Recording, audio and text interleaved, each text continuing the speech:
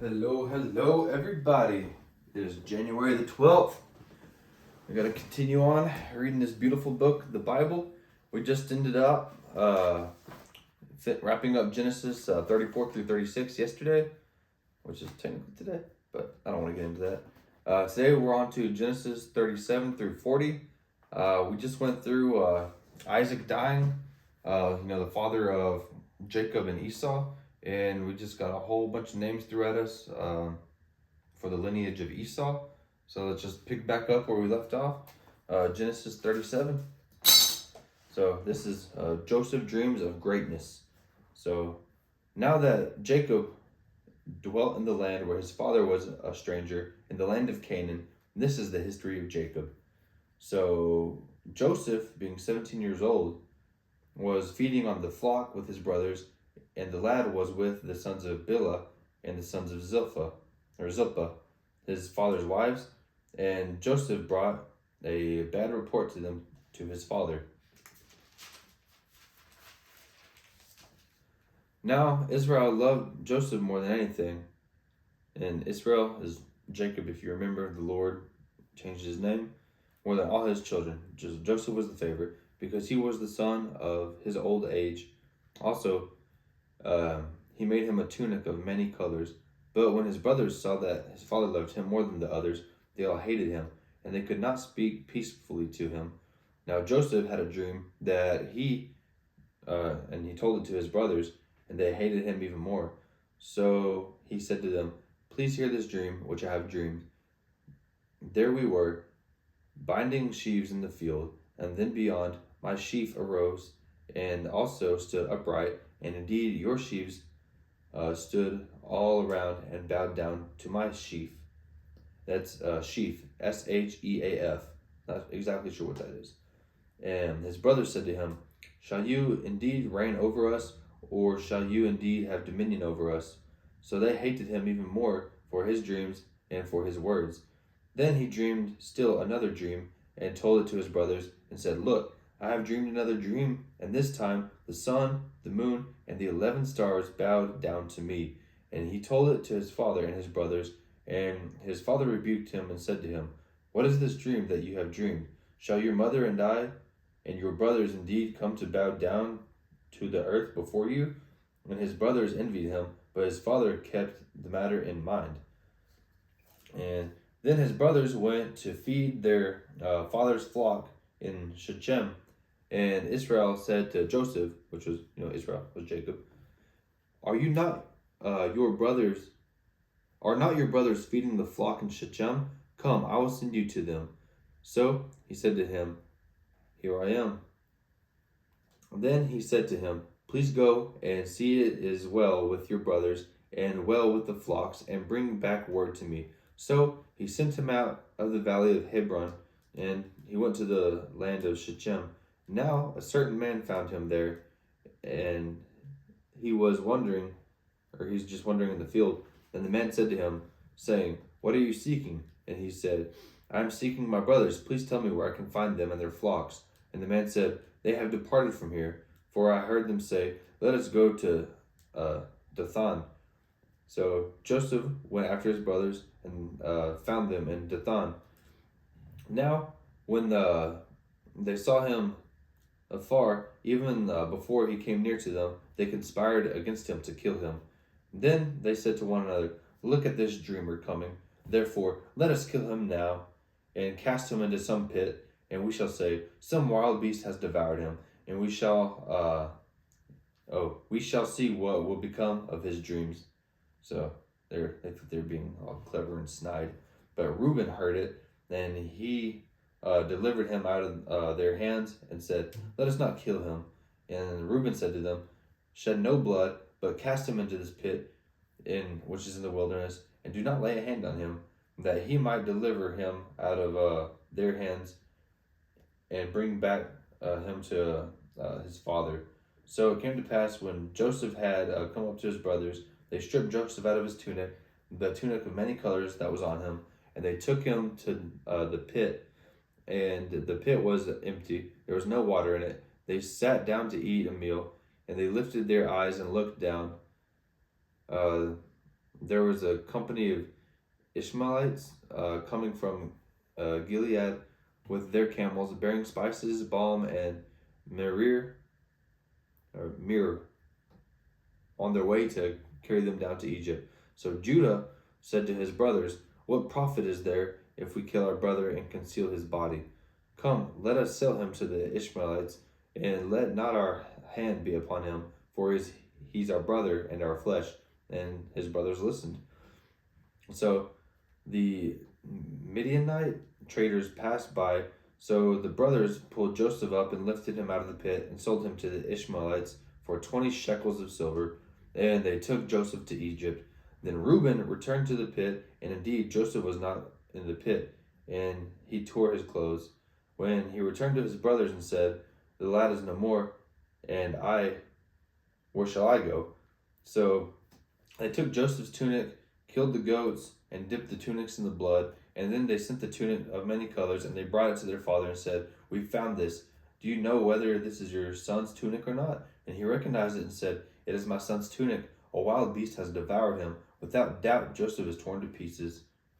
And then Jacob tore his clothes, put Succoth on his waist, which was, Ishmael. They keep, going back and forth on the name. But he mourned for the loss of his son for many days. And all his sons and all his daughters arose to comfort him, but he refused to be comforted and said, "For I shall go down into the grave to my son in the morning." Thus his father wept for him. Now the Midianites had sold him in Egypt to Potiphar, an officer of Pharaoh and captain of the guard. On to Genesis 38. It came to pass at that time that Judah departed from his brothers and visited a certain Adullamite, whose name was Hira. And Judah saw there was a daughter of a certain Canaanite, whose name was Shua, and he married her and went into her. She conceived and bore a son and called him Er. She conceived again and bore another son and called his name Onan. And she conceived yet another time and bore a son and called him Shelah, which is Shela. He was at Chezib when she bore him. Then Judah took a wife for his firstborn, and her name was Tamar. But Judah's firstborn, was wicked in the sight of the Lord, and the Lord killed him. And Judah said to Onan, "Go on your brother's wife and marry her, and raise up an heir to your brother." But Onan knew that the heir would not be his, and it came to pass, when he went into his brother's wife, he emitted on the ground, lest he should give an heir to his brother. And the thing which he did displeased the Lord. Therefore the Lord killed him also. So now and Onan, they're both dead. So which one is left? It's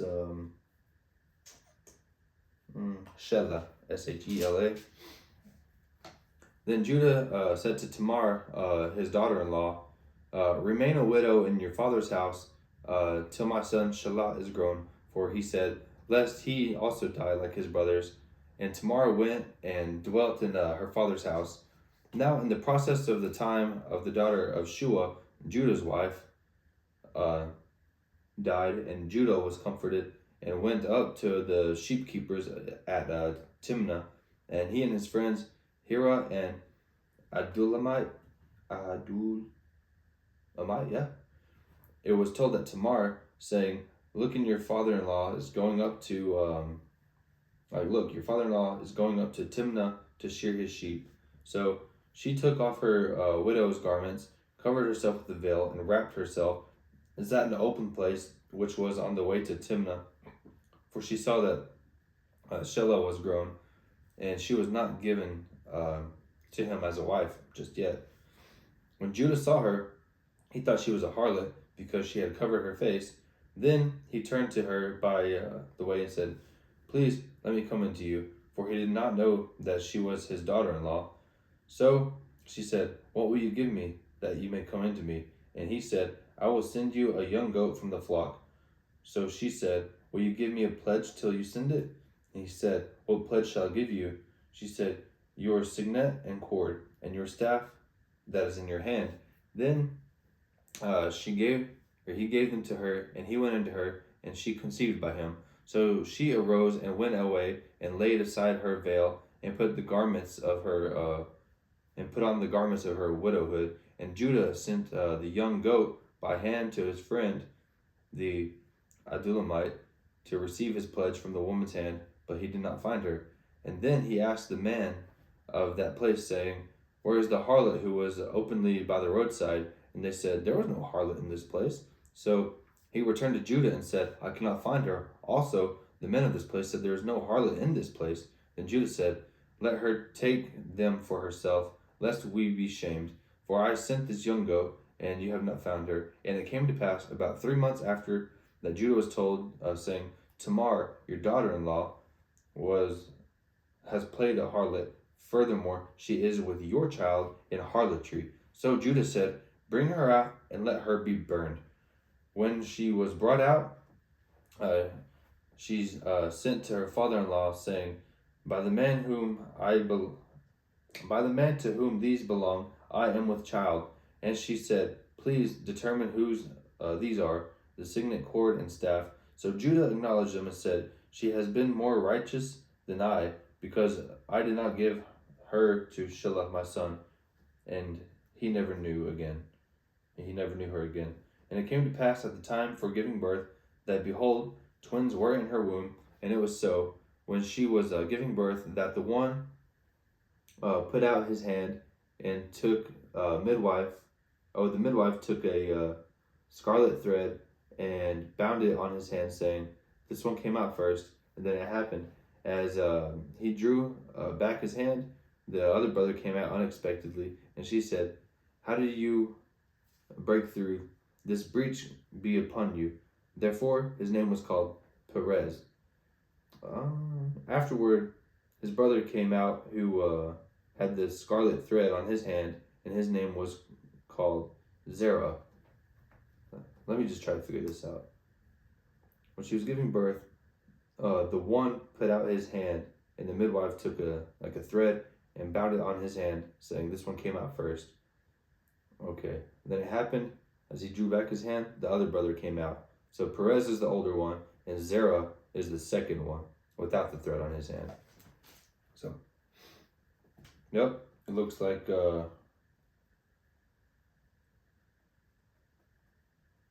I guess Judah had twins with his daughter-in-law, which both of her men died, which was his first two born. So on to Genesis 39. Now Joseph had been taken down to Egypt, and Potiphar, an officer of Pharaoh, captain of the guard, and Egyptian, brought him to the Ishmaelites who had taken him down there. The Lord was with Joseph, and he was a successful man, and he was in the house of his master of the Egyptian. And his master saw that the Lord was with him, and that the Lord made all that he did prosper in his hand. So Joseph found favor in sight and served him. And then he made him overseer of the house and all that he had put under his authority.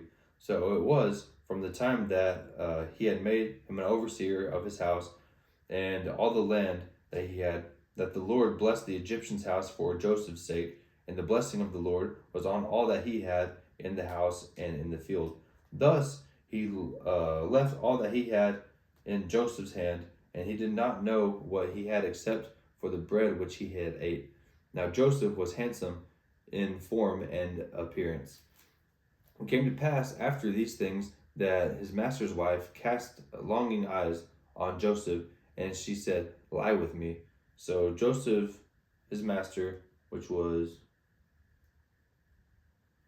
Potiphar, his master's wife, was wanting Joseph, and she wants him to lie with him. But Joseph refused and said to his master's wife, Look, my master does not know what is with me in the house, and he has committed all that he has to my hand. There is no greater in this house than I, nor has he kept back anything from me but you, because you are his wife.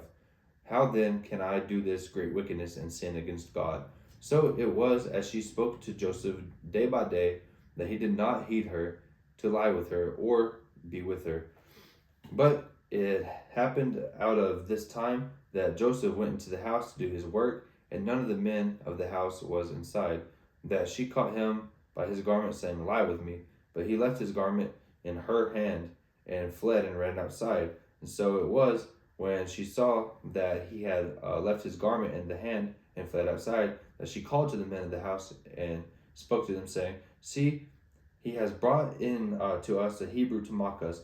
He came into me to lie with me, and I cry out with a loud voice. And it happened, when he heard that I lifted my voice and cried out, that he left his garment with me and fled and went outside. So she grabbed him. He ran away to avoid the situation, and then she takes his clothes and say, "Oh no, he laid with me." How deceitful. So she kept his garment with her until his master came home, and then she spoke with him these words, saying, "The Hebrew servant who you brought to us came in to mock me. So it happened, as I lifted my voice and cried out, that he left his garment with me and fled outside. So it was, when his master heard the words which his wife spoken to him, saying, Your servant did to me this manner, that his anger was aroused, that Joseph's master took him and put him out into the prison, a place where the king's prisoners were confined, and he was there in prison. But the Lord was with Joseph and showed him mercy, and he gave him favor in the sight of the keeper of the prison. And the keeper of the prison committed to Joseph's hand all the prisoners who were in the prison. Whatever they did there, it was his doing. The keeper of the prison did not look into anything that was under Joseph's authority, because the Lord was with him, and because whatever he did, the Lord made it prosper. So look, Joseph's master's wife was just mad that he would never give in to her, and so she got rid of him, sent him to prison. So on to Genesis 40. It came to pass that after these things, that the butler and the baker of the king of Egypt offered their lord, the king of Egypt. And Pharaoh was angry with his two officers, chief butler and the chief baker. So he put them in custody of the house captain of the guard in the prison, in the place where Joseph was confined. So I guess, the baker and the butler, they didn't do a good job. They got sent to prison. And the captain of the guard charged Joseph with them, and he served them. So they were in custody for a while. Then the butler and the baker of the king of Egypt, who were in being confined in prison, they had a dream. Both of them, each man's dream in one night, and each man's dream in their own interpretation. And Joseph came to them in the morning, and he looked at them and saw that they were sad. So he asked Pharaoh's officers who were with him in the custody of his lord's house, saying, "Why do you look so sad today?" And they said to him, "We have had a dream, and there is no interpreter of it." So Joseph said to them, "Do not interpretations belong to God? Well, tell them to me, please." So the chief butler told his dream to Joseph and said to him, "Behold, in my dream there was a vine before me, and in the vine there were 3 branches. It was as though it budded, its blossoms shot forth, and its clusters brought forth ripe grapes.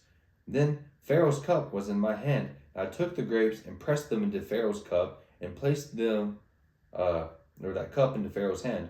And Joseph said to him, "This is the interpretation of it. The 3 branches are 3 days. Now, within 3 days, Pharaoh will lift up your head and restore you to your place, and you will put Pharaoh's cup in his hand according to the former manner when you were his butler. But remember me when it is well with you, and please show kindness to me. Make mention of me to Pharaoh, and get me out of this house," which is, I guess, the prison. "For indeed I was stolen away from the land of the Hebrews, and I have done nothing here that should be causing me to be put in this dungeon."